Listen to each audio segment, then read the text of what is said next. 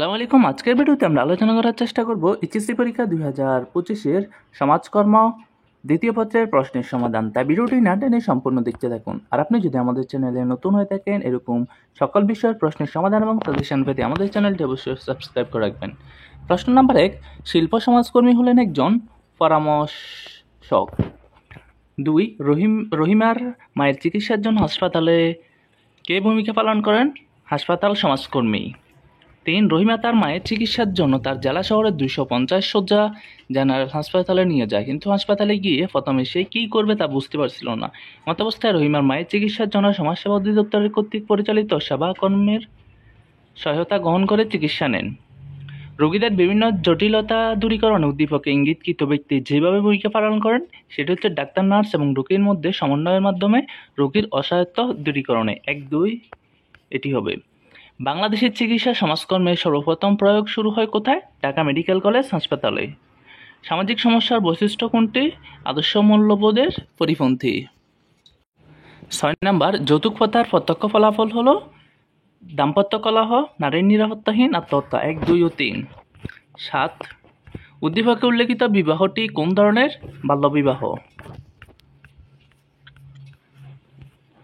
উদ্দীপকে ইঙ্গিতকৃত বিবাহের ফলে নারীরা কর্মদক্ষতা অর্জনের সুযোগ পেয়ে থেকে বঞ্চিত হয়, পারিবারিক বিশৃঙ্খলার শিকার হয়, ক্ষমতায়নের স্বাদ প্রাপ্তি হতে বঞ্চিত হয়। 1, 2, 3।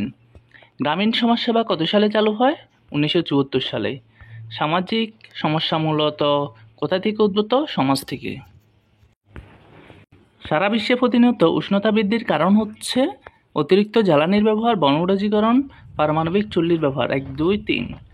জনমত গঠনের সবচেয়ে শক্তিশালী বাহন কোনটি? গণমাধ্যম। পরিবার গঠনের মূল ভিত্তি কি? বিবাহ। এখানে উদ্দীপকে উল্লেখিত ছবিটি কি প্রকাশ করে? পরিবারের কার্যাবলী। মুসলিম পারিবারিক আইন প্রণীত হয় কত সালে? 1961 সালে। রাজা ও রানী দুইজন ভালোবেসে বিয়ে করে উদ্দীপকে বর্ণিত সমস্যার সমাধান কোন আইনে সম্ভব? মুসলিম পারিবারিক আইনে। রাজা ও রানী দুইজন ভালোবেসে বিয়ে করে রাজার সামান্য আয়ে সংসার চলতে না পারায় দাম্পত্য জীবনে মনোমালিন্য শুরু হয়। উক্ত আইনের ভিত্তিতে আদালত মীমাংসা করবে শিশুর অভিভাবকত্ব, বিবাহ বিচ্ছেদ, দাম্পত্য কলহ। 1, 2, 3। শহর সমষ্টি উন্নয়ন প্রকল্প পরীক্ষামূলকভাবে সর্বপ্রথম কোথায় শুরু হয়? কায়েতটুলি। গ্রামীণ সমাজসেবা কার্যক্রম পরিচালনা হয়ে থাকে গ্রামীণ মানুষের জীবনমান উন্নয়নে, নারীর ক্ষমতায়নে, রাস্তাঘাট নির্মাণ। 1, 2 ও 3। গ্রামীণ ব্যাংক প্রকল্প কত সালে চালু হয়? 1973 সালে। বাংলাদেশের দারিদ্র্য দূরীকরণে ইউএনডিপি কর্মসূচি গ্রহণ করে থাকে কর্মসংস্থান সৃষ্টি এবং দক্ষতা উন্নয়ন। 1 ও 3 হবে। কমলা বানু কমলাপুর বস্তিতে বসবাস করে। সেই সরকারি সমাজসেবা প্রতিষ্ঠান হতে বাঁশ এবং বেতের কাজ শিখে। উদ্দীপকে সরকারের কোন প্রতিষ্ঠান চিত্র ফুটে উঠেছে? এখানে নেই। ইউনিসেফের সদর দপ্তর কোথায়? New York. গ্রামীণ ব্যাংকের ক্ষুদ্র ঋণ কার্যক্রম পরিচালনা সমাজসেবা কোন পদ্ধতি অধিক কার্যকর ভূমিকা রাখতে পারে? সমষ্টি সমাজকর্ম। কমন হিউম্যান নিডস গ্রন্থে কয়টি মূল মানবিক চাহিদার কথা উল্লেখ রয়েছে? 6টি। সামাজিকতা রক্ষা এবং সভ্য জীবনযাপনের সাথে নিচের কোন চাহিদাটি সম্পর্কিত? বস্ত্র। বাংলাদেশের সংবিধানে কত নং অনুচ্ছেদে মূল মানবিক চাহিদার কথা বলা হয়েছে? 15।